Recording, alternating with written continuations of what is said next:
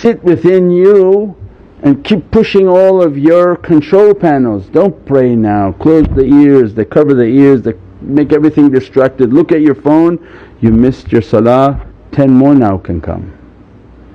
Because now you're sayyata amalina, your actions, the sins of actions, whoo, is open the door.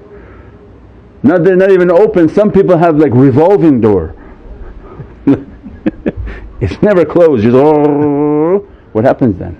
They're coming in such a force they overtake that insan, and if they overtake they will not pray.